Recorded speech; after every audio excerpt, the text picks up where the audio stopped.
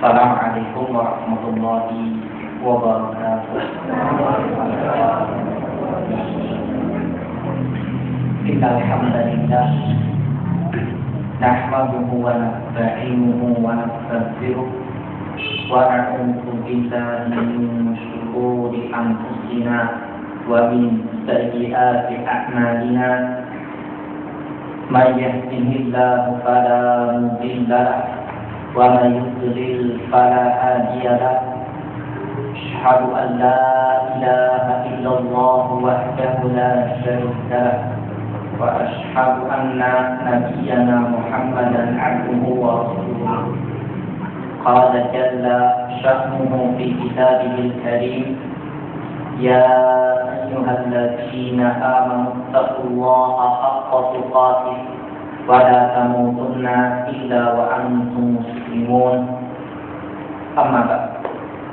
Allahumma inna nas'aluka al-huda wat-tuqa wal-'afafa wal-ghina. Allahumma inna nas'aluka 'ilman nafi'an wa rizqan thayyiban wa 'amalan mutaqabbala. Jamaah salat maghrib, ikhwani wa akhwati fiddin yang dimuliakan Allah Ta'ala. Alhamdulillah, puji serta syukur hanya milik Allah Ta'ala yang telah memberikan pada kita begitu banyak limpahan karunia nikmatnya. Nikmatul iman dan nikmatul Islam adalah kedua nikmat yang paling besar dan yang paling agung yang Allah karuniakan kepada kita. Maka wajib kita menjaga kedua nikmat itu agar tidak tercampuri dengan noda kesyirikan dan perkara-perkara yang lain. Ikhwani wa akhwati fiddin yang dimuliakan Allah Ta'ala, masih kita melanjutkan pembahasan dari kitab Riyadhus Shalihin berupa syarahnya juga, yaitu kitab Bahjatul Nazirin karya Fadilatul Syekh Salim bin Fid Al-Hilali hafizahullah, di mana pada pertemuan yang lalu kita sampai pembahasan apa? Tentang sabar atau tentang sabar. Dan itu ya bab yang ketiga. Nah, kemarin kita selesai dari bab sabar. Sekarang kita masuk ya pada bab yang keempat, yaitu bab sidq, bab berkaitan dengan kejujuran. Kalau bab sabar sudah kita bahas, maka kita butuh prakteknya. Ya, antum ini sudah sabar atau belum dalam belajar ilmu, ya, dalam mengamalkan ilmu, ya, dalam menjalankan ketaatan, meninggalkan larangan, dalam menerima takdir dan ketentuan Allah Ta'ala. Ini butuh kita amalkan. Nah, bab yang keempat ini yaitu bab tentang kejujuran. Syekh Salim bin Fid Al-Hilali hafizahullah, beliau membawakan ucapan Al-Imam Ibnu Qayyim dalam kitabnya Madarijus Salikin. Ya, kitab Madarijus Salikin itu ada dua jilid. Kata Al-Imam Ibnu Qayyim dalam kitab Madarijus Salikin jilid yang kedua halaman 268, kata beliau tatkala mensifati tentang as-sidqu, kejujuran, kata beliau yang namanya kejujuran itu adalah manzilatul qaumil a'dham. Kejujuran itu adalah kedudukan suatu kaum yang a'dham, yang tinggi, yang agung. Nah, ini menunjukkan apa? Bahwa kejujuran yang ada pada seseorang itu akan menjadikan dia pada kedudukan yang tinggi. Bahkan kata beliau, wa bihi tamyizu ahli nifaq min ahli iman. Bahkan dengan kejujuran itu akan jadi pembeda ya, orang yang munafik dari orang yang beriman. Kenapa? Ya, karena akan kita jelaskan nanti bahwa yang namanya jujur itu adalah kesesuaian antara yang nampak dan yang tidak nampak. Tapi kalau orang munafik, nampak dengan yang tidak nampaknya itu sama tidak? Beda. Kelihatannya baik, tapi di dalamnya apa? Tidak baik. Dia mengucapkan dengan lisannya, tapi tidak dengan hatinya. Makanya orang yang jujur, disifati kata Al-Imam Ibnul Qayyim, dengan kejujuran itu akan jadi pembeda antara ahlul nifaq, orang munafik, dari ahli iman, dari orang yang beriman. Akan kata beliau, wa sultanul jinan min ahlin niran, dengan kejujuran pula akan jadi pembeda antara penduduk surga dengan penduduk neraka. Artinya kalau jujur tempatnya di mana? Surga. Kalau tidak jujur tempatnya di neraka. Ikhwani wa akhwati fillah yang dimuliakan oleh Allah Subhanahu wa taala. Kemudian kata beliau bahwa yang namanya kejujuran juga adalah ruhul amal, ruhnya amalan-amalan. Ya, kalau orang hidup tanpa ruh mungkin tidak mungkin. Maka kejujuran itu adalah ruhul amal, rohnya apa? Amalan-amalan, perbuatan. Ya, bahkan kata beliau, kejujuran juga adalah menjadi pintu yang akan masuk bagi seorang hamba dari kejujuran itu untuk menghadap Allah Subhanahu wa taala nanti. Ya, ini berkaitan dengan kejujuran. Bahkan lebih jauh kata Al-Imam Ibnul Qayyim, yang namanya kejujuran itu adalah asasu bina'id-din. Yang namanya kejujuran juga kata beliau adalah dasar dari bangunan agama. Ya, dasar bangunan agama. Kenapa? Ya, karena yang namanya kejujuran itu memiliki derajat yang tinggi. Derajat yang tinggi setelah para nabi. Siapa yang bisa menyebutkan tentang kedudukan orang-orang yang jujur setelah para nabi? Allah Subhanahu wa taala katakan dalam surah An-Nisa, "Faulaika ma'al ladzina an'ama Allahu 'alaihim." Yang pertama apa? Minan nabiyyin was-siddiqin wasyuhada'i was-shalihin. Mereka lah orang-orang yang Allah berikan nikmat atas mereka. Yang pertama dari kalangan para nabi. Yang kedua siapa? Siddiqin, orang-orang yang jujur. Wasyuhada, dan orang yang meninggal dalam keadaan syahid. Wassalihin, baru orang-orang yang saleh. Yang kedua, berarti ini kedudukannya sangat tinggi sekali. Wali wa khawatibihin yang dimuliakan oleh Allah Ta'ala. Kalau kita ditanya, kejujuran itu bentuknya apa sih? Ya, bentuk yang apa? Yang paling gampang kita pahami ada 3 bentuk. Dan ini dikatakan oleh Syekh Salim bin Al-Hilali hafizahullah. Kata beliau, yang namanya kejujuran itu adalah muwafaqatul zahiri lil batini. Bentuk yang pertama, yang namanya jujur itu adalah kesesuaian antara yang nampak dengan yang tidak nampak, itu jujur. Ini bentuk yang pertama. Maksudnya bahasa mudahnya, yang luar dengan yang di dalam itu sama. Itu berarti orang yang jujur. Ya, kalau ada orang yang apa?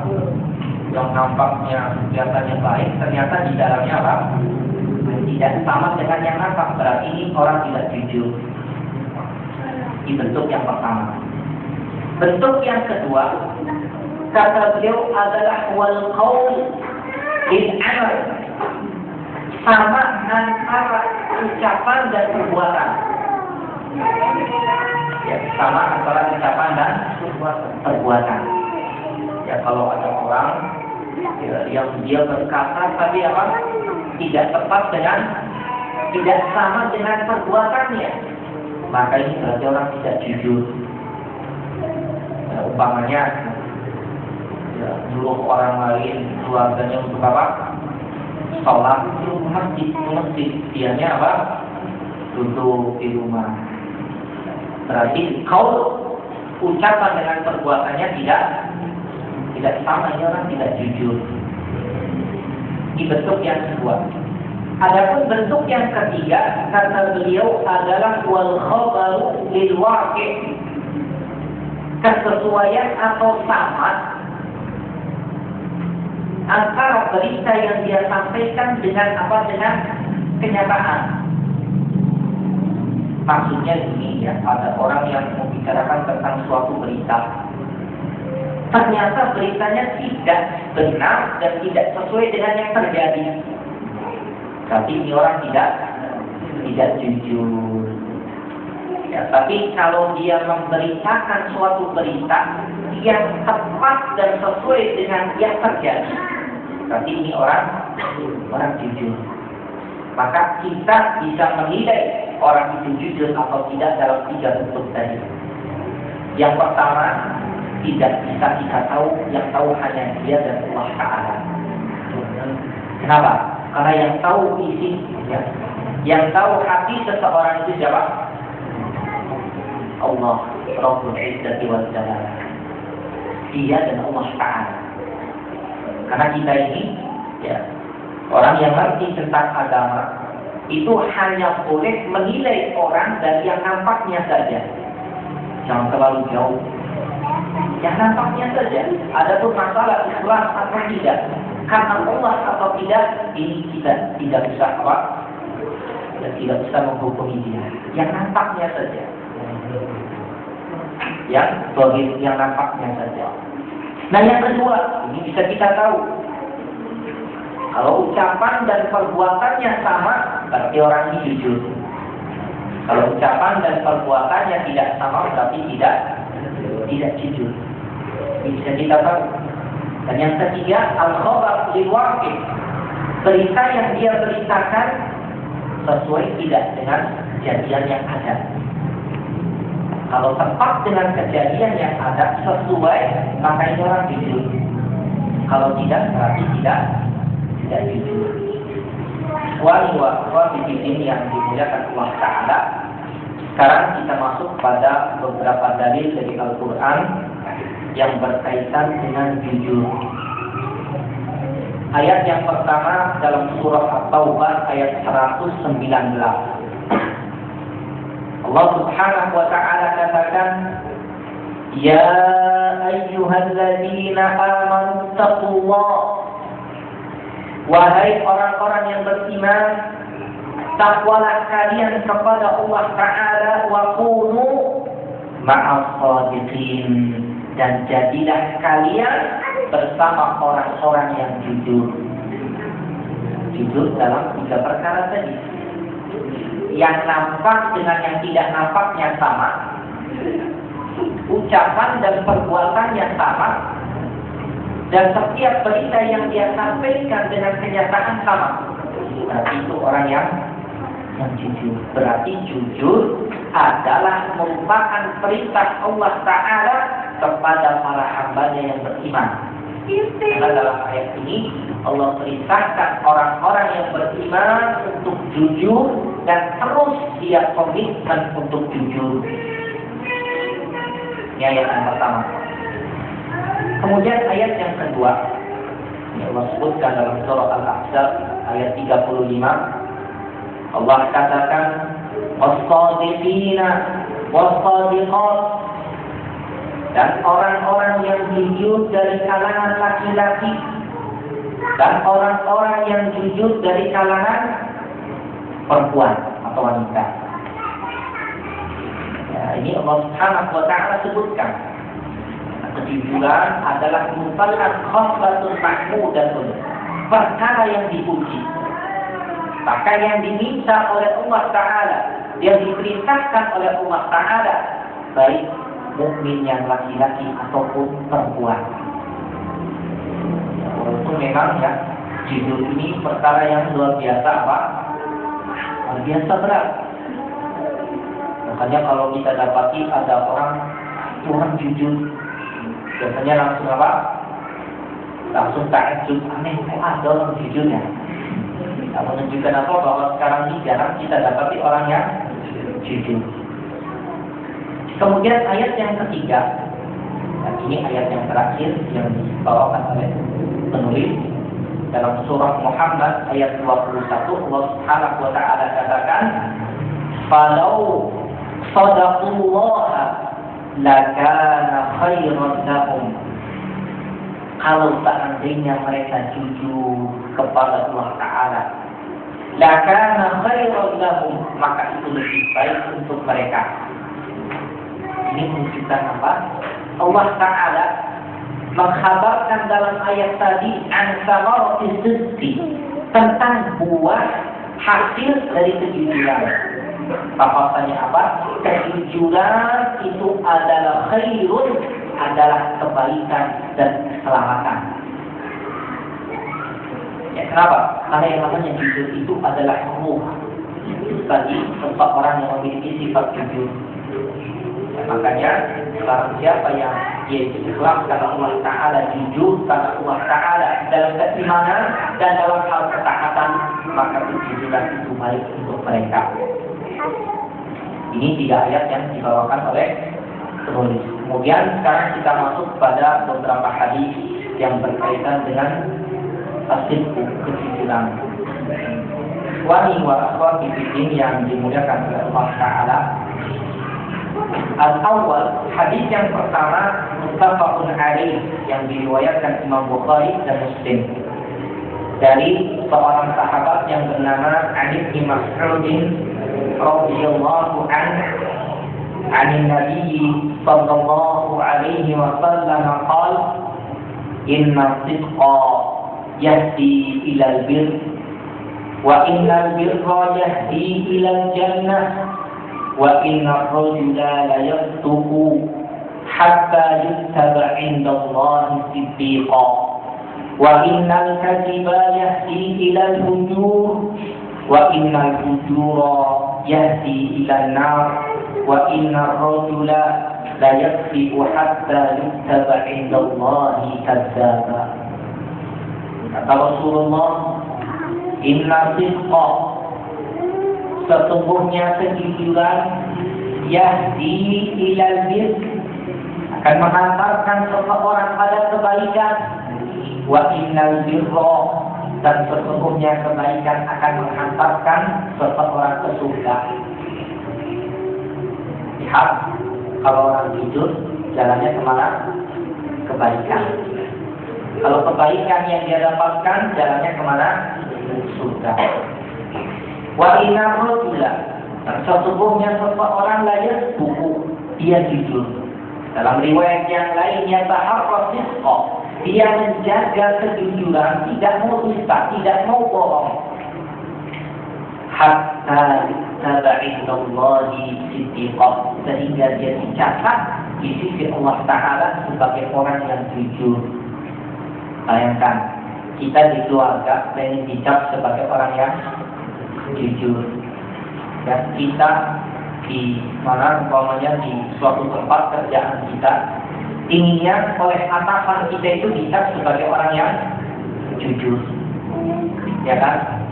Ini tidak tanggung-tanggung yang mencap kita. Siapa? Allah Subhanahu wa Ta'ala.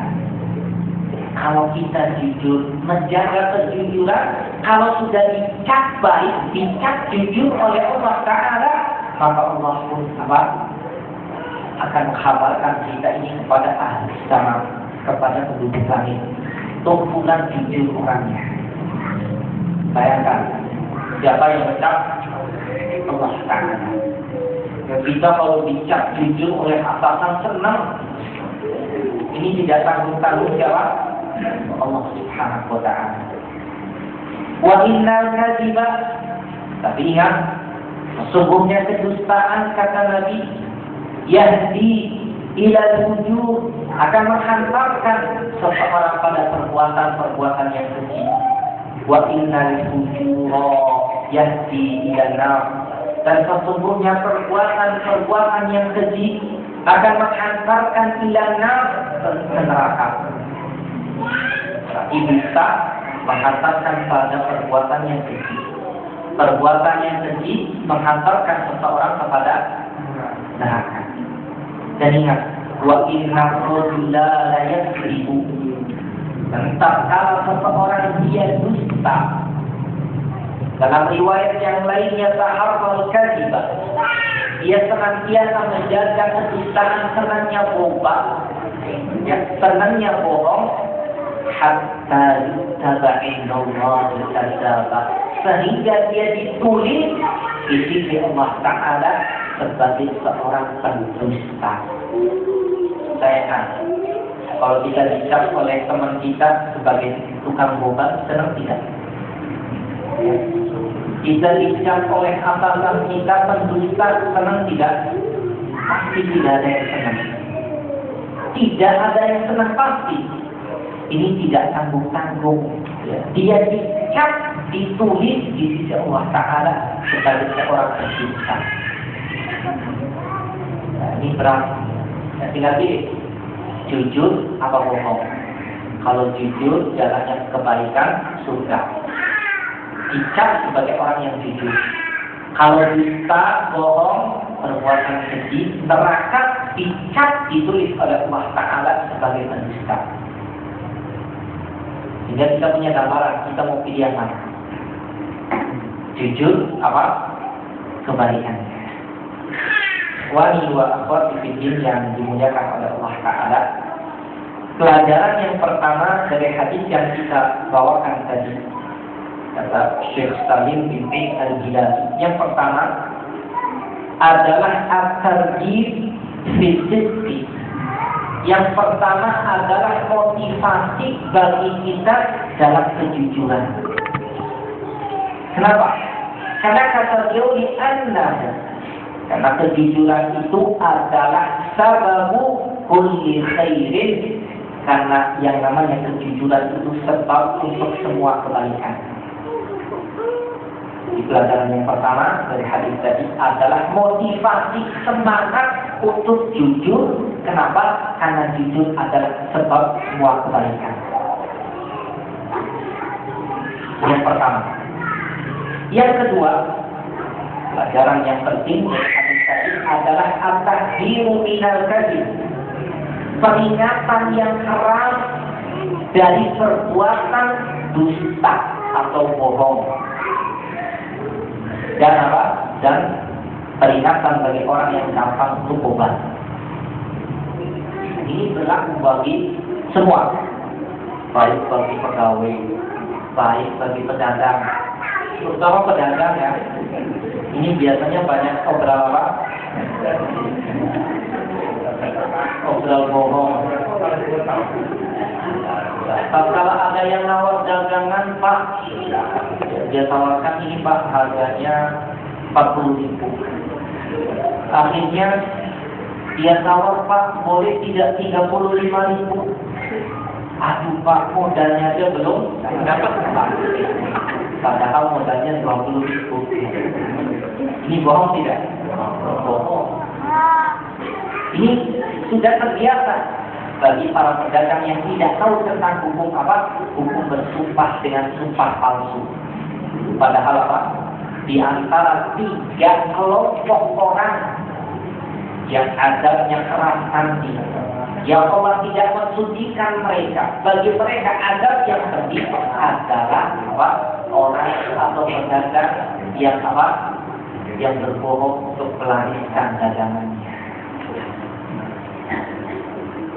Makanya ya pelajaran yang kedua ini peringatan dari dusta atau bohong. Kenapa? Karena li'annahu sababu kulli syarrin, karena bohong itu adalah sebab semua keburukan. Ini pelajaran yang kedua. Kemudian pelajaran yang ketiga, kata beliau, man taharra sidqa, barang siapa yang menjaga kejujuran, sawasijiyatan dah, maka itu akan jadi kepribadian dia. Jadi kalau orang senangnya jujur, ini kepribadiannya jujur. Tapi ingat, wa man qasadal kadziba, barang siapa yang selalu dia menjaga kebohongan, kedustaan, salahkan dalam, maka kedustaan itu akan jadi akhlak dan peribadiannya. Ingat, jangan anggap mudah. Ya, kalau untuk seringnya apa? Jujur akan jadi kepribadian yang jujur. Tapi kalau senangnya apa? Bohong, itu akan jadi pribadi yang tidak baik dan itu akan melekat dalam dirinya. Yang ketiga. Kemudian yang keempat, manistuhiro bisyai'in sahha ayyusafa bihi. Barang siapa yang dikenal dia ini dengan sesuatu, maka dia akan disifati dengan sesuatu itu. Kalau dia terkenal dan dikenal dengan orang yang jujur, maka dia akan disifati dengan dia orang yang jujur. Kalau dia dikenal oleh orang-orang sebagai orang yang senang bohong, maka dia akan disifati sebagai pendusta. Dan ini kita tahunya dari teman-teman dia, ya, terutama dari tetangga-tetangganya. Oh, ini orang ini pendusta ini. Senangnya apa? Senangnya bohong. Ini orang jujur, maka akan terkenal dan dia disifati dengan pribadi. Tidak laku ya. Itu yang keempat. Kemudian yang kelima, al-akhlaqul fadilatu, akhlak-akhlak yang utama dan mulia itu bisa didapat dengan apa? Bitahalluk, dengan kita melatih untuk menjadi orang yang memiliki akhlak yang baik. Kenapa? Kalau kita berusaha untuk melakukan dan mengerjakan hal-hal yang baik, akhlak-akhlak yang baik, maka ini akan berpengaruh dan membekas dalam diri kita. Tidak, ya, kalau kitanya senang melakukan akhlak yang tidak baik, ini akan membekas.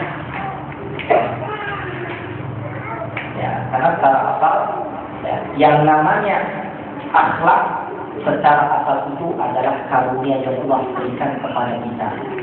Ada yang memang tipe orang akhlaknya baik bawah. Ini alhamdulillah karunia dari Allah, tinggal dia jaga. Dia tambah ilmu akan tambah baik. Ada yang memang tabiat akhlak orangnya tidak baik, kasar, ada keras, dan ini bisa dilatih dengan apa? Dengan sabar dan ilmu. Kemudian yang keenam, pelajaran yang keenam dari hadis tadi, kata beliau, al-a'malu shalihatu mustaqarruha fi jannatin na'im. Amal-amal saleh yang dilakukan oleh seseorang itu tempatnya nanti di surga. Sedangkan al-a'malu sayyi'ah, amalan-amalan yang buruk itu tempatnya di neraka.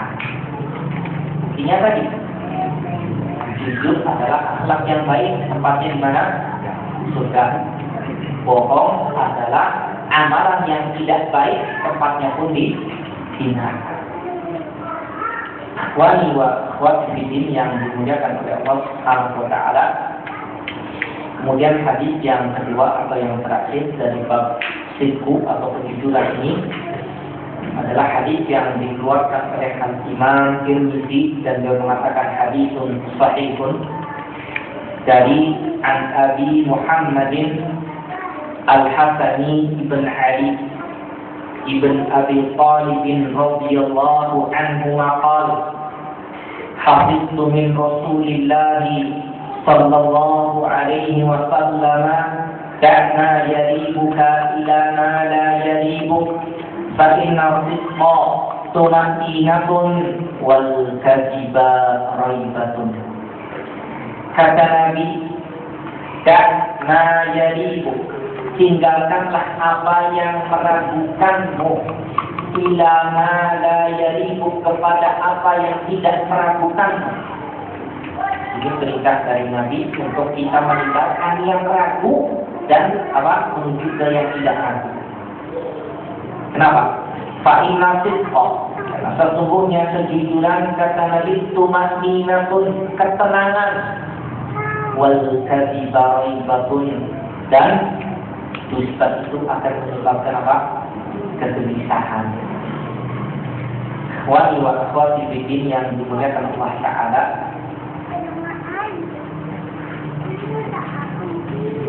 pelajaran yang pertama dari hadis tadi adalah agar kita menjauhi perkara-perkara yang termasuk kategori syubhat atau yang tidak jelas. Dan perkara yang syubhat atau tidak itu diketahui oleh para ulama. Dan sebagaimana dulu pernah kita bahas dalam hadis Arba'in An-Nawawiyah yang telah menjelaskan tentang masalah syubhat. Kalau tidak jelas, maka lebih baik kita tinggalkan. Yang pertama. Kemudian yang kedua, kejujuran itu akan mendatangkan ketenangan bagi seseorang. Ini sekaligus membuktikan orang yang jujur itu dia akan memiliki ketenangan yang ada dalam hatinya, dalam dirinya. Tapi terkadang ada orang yang tuh yang bukan, tapi kelihatannya tenang ya ada, ini yang kebangetan ya. Jadi mungkin sudah mendalam hati ya, sudah sering bohong, akhirnya tenang-tenangan itu bohong tapi tenang ya. Iya, padahal padahal di hatinya pasti kalau bohong tidak tenang. Tapi orang yang jujur dalam hatinya dan dalam keadaan apapun dia tenang. Saya tidak dusta, saya jujur. Yang kedua, pelajaran yang ketiga, orang yang mempunyai sikap dan sifat dusta pasti dia tidak akan tenang dan pasti dia akan selalu gelisah dan tidak akan mendapatkan ketenangan dalam hatinya. Aduh, jangan-jangan ntar tahu, jangan-jangan ntar atasan tahu atau bos tahu nih saya ngambil uang, atau bohong ya, dapatnya 1 juta, bilangnya dapat 400.000 ya. Bosnya kalah dapatnya. Ya, padahal itu tidak akan mendatangkan ketenangan. Wali wa akhwati bidin yang dimuliakan oleh Allah Subhanahu wa Ta'ala, mungkin itu yang bisa kita sampaikan pada kesempatan malam hari ini. Jadi pembahasan yang berkaitan dengan tafsir atau kejujuran, dan ini bab yang keempat ya, bagi yang punya kitab Riyadhus Shalihin. Jadi bisa mengikuti ya terus pembahasan hadisnya. Ya, setiap pertemuan ini kita akan bahas paling tidak ya 2 atau 3 hadis. Ya, syukur-syukur kalau antum bisa mencari kitabnya Tahjatul Nabiyin, ya syarah dari kitab Riyadhus Shalihin yang mempunyai 3 jilid. Sallallahu ala nabiyyina Muhammadin walhamdulillahi rabbil alamin. Semoga barangkali ada yang berjelas dan ditanyakan.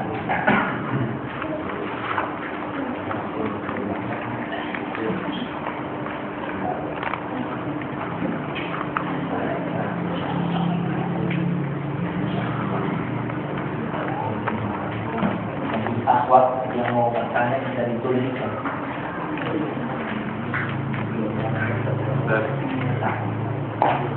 Saya mau yang bentuk kejujuran yang pertama ini yang nampak dan yang tidak nampak tidak sama. Yang saya tanyakan adalah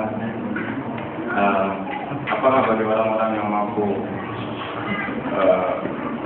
yang menyembunyikan atau menahan diri, menyembunyikan itu semua dari kemarahan atau ketersinggungan dan misalnya, ini apa bisa dikategorikan yang bentuk kejujuran yang penting? Kalau ya kita menahan marah, ya, atau misalkan ya, ada masalah kemudian ya, kita tidak mengekspresikan tapi kita marah, itu tidak termasuk dalam ini, termasuk dalam wafaqatul zahir lil batin. Ini tidak termasuk. Kenapa? Ya, karena pertama ini berkaitan dengan apa? Ikhlasan hati dan amalan. Yang pertama. Yang kedua, ya, menahan dari perkara yang dilarang itu adalah perkara yang disyariatkan. Ya, contoh ya, marah. Ya, marah itu dilarang oleh Nabi. Janganlah kau marah, artinya janganlah kau ya, merealisasikan melaksanakan marah. Artinya marah itu perkara yang manusiawi. Marah adalah perkara manusia. Pasti kita semua marah. Cuma jangan sampai marahnya kita itu terlontarkan dengan ucapan dan perbuatan yang apa? Yang menyakiti orang lain.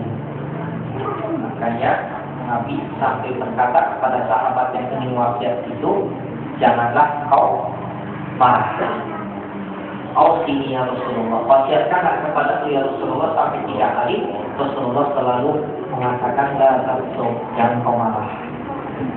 Kemudian dalam ayat juga Allah katakan wal qaidinal baik, dan orang-orang yang apa? Menahan marah, artinya dia tahan. Saya marah. Karena orang yang kuat itu kata Nabi adalah orang yang bisa menahan dirinya tatkala dia marah. Dalam hadis kata Rasulullah, laisa asyadid bisu'ah. Orang yang kuat itu bukan orang yang suka apa? Hantam ya. Yang berkelahi, bukan, itu bukan orang yang kuat kata Nabi. Tapi apa? Alladzi yamliku nafsahu 'indal ghadabi. Orang yang bisa menahan dirinya tatkala dia marah. Itu orang yang apa? Yang kuat. Artinya kuat bisa mengendalikan nafsu dan diri. Itu tidak termasuk dari yang lain. Nah.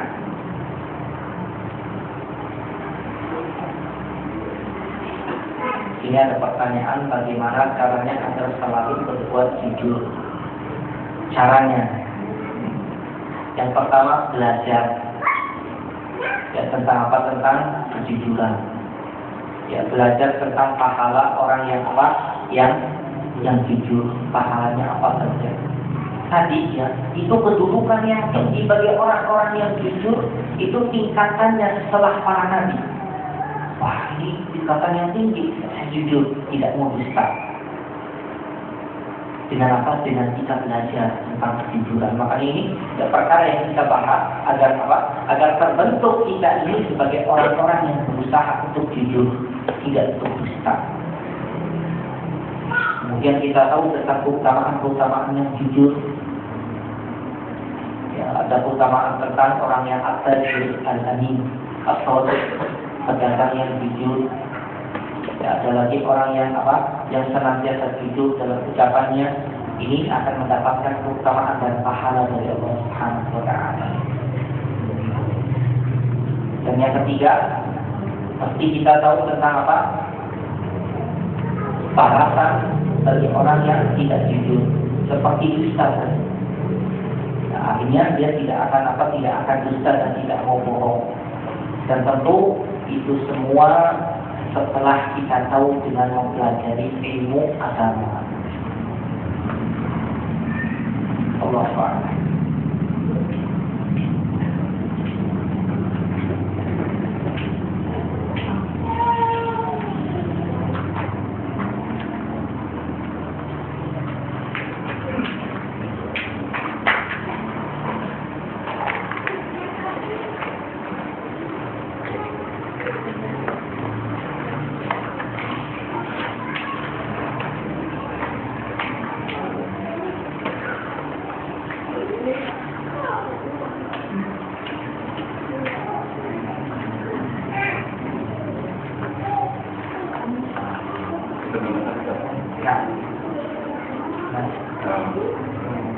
Janganlah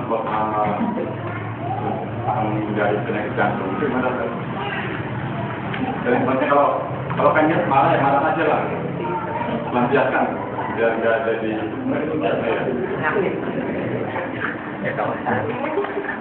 satu kala ya Syekh Muhammad bin Shalih Al-Utsaimin menjelaskan tentang hadis tadi ya, tentang, dan itu termasuk dalam hadis Arba'in An-Nawawiyah.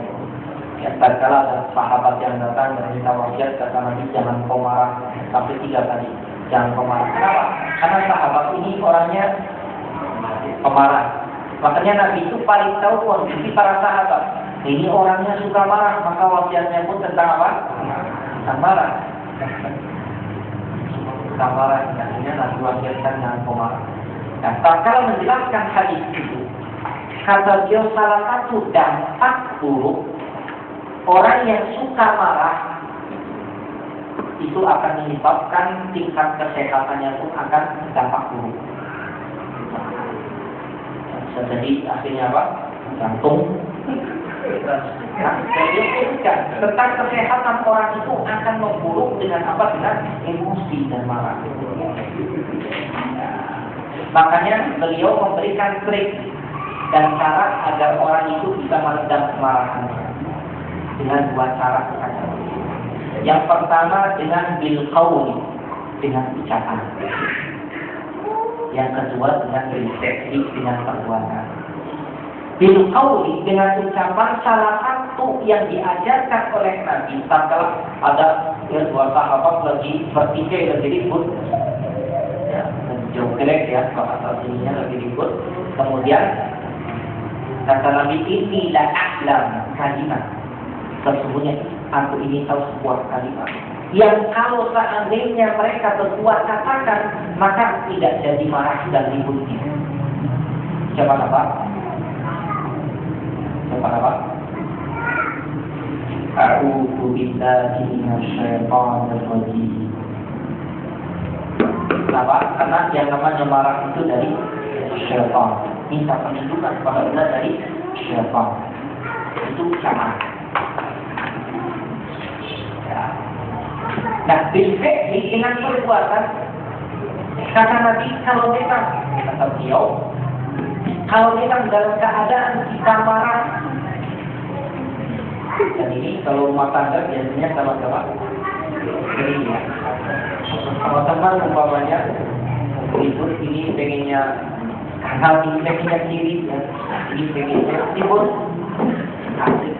Kalau ternyata kita dalam keadaan berdiri, kata beliau duduk. Atau yang pertama kata beliau bahwa duduk dulu. Kalau ternyata masih berdiri, baru duduk. Kalau masih tetap duduk, masih marah, jengkel, bahwa berbalik. Kalau masih tetap ya positif. Satu cara lagi kata beliau, apa? Itu deh. Atau keluar dari rumah. Keluar dari rumah. Jangan di rumah. Maksudnya jangan keluar lama ya, saya keluar sebentar. Keluar rumah, keluar dari rumah, atau ketemu dengan teman, saudara ngobrol apa, kamu pulang. Biasanya itu mencairkan suasana. Nah, ini di antara beberapa cara kata beliau agar apa? Agar kita bisa meredakan dan apa? Bisa mengendalikan marah kita. Karena marah adalah manusia. Ya, orang tidak mungkin tidak ada apa? Tidak ada. Nah, Allah Pak. Nah, kalau misalkan lagi marah, mungkin dia ngomong diam, Mas. Lagi marah nih kita. Ada yang satu ngomong diam. Itu perkosa. Kita dengan istri, kita dengan siapa? Nah, ini yang sebetulnya di sini ada pembahasan ya tentang 2 pembahasan. Cuman saya bingung ya membahasnya. Jadi ada pembahasan pertama itu di sini tentang nasihat untuk para suami. Tapi istrinya di belakangnya. Dan yang kedua nasihat untuk para istri, ini di belakang ya, satunya ada di depan. Artinya di sini ya antara suami dan istri ya, tentu ya ini biasanya ada problem yang sedikit tadi itu biasanya bisa besarkan. Tinggal di sini mesti ada pengertian. Pengertian di sini dari pihak suami yang terutama. Ini salah istri lagi marah, ya. Biarkan dulu sampai selesai ya marahnya, sampai selesai bicaranya, tidak baru nasihati, ingatkan. Ya, begitu pula bagi para istri yang setelah suami lagi marah, diam, ingatkan. Ya, sehingga apa? Sehingga tidak akan ada yang namanya apa? Ya, masalah yang berkelanjutan.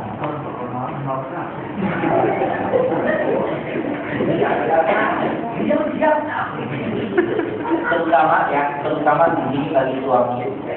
Suami itu mesti memiliki tingkat kesabaran yang tinggi. Kenapa? Karena yang pertama, keadaan suami ya itu stabil, beda dengan istri atau wanita. Wanita itu ada waktu-waktu tertentu yang dia itu tidak stabil, apalagi mau menjelang halangan atau apa, atau dalam hal-hal tertentu biasanya mereka labil. Di sini ya sebagai seorang suami itu bisa lebih apa? Bisa lebih sabar. Sabar. Dan sabarnya suami itu masih lebih dari itu. Kenapa? Karena suami itu memiliki tingkat ya, akal yang canggih. Bisa dimana? Terkadang ada hal-hal yang memang ya, tidak berpikir panjang, tidak stabil. Ya, sehingga mesti lebih apa? Lebih sadar.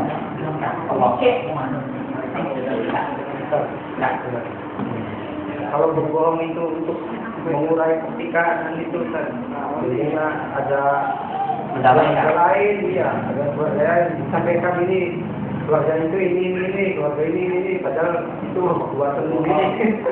Gimana? Ada ya perkara-perkara yang disesuaikan. Ya, kata Nabi, aku tidak menganggapnya itu sebagai bohong atau dusta. Yang pertama adalah seseorang yang berdusta untuk mendamaikan dua orang yang bertikai. Keluarga A dengan B sedang ribut. Ya, kemudian kita datang ke keluarga A dan kita berkata tadi keluarga B kirim salam. Katanya keluarga kamu A baik orangnya. Ini adem ya.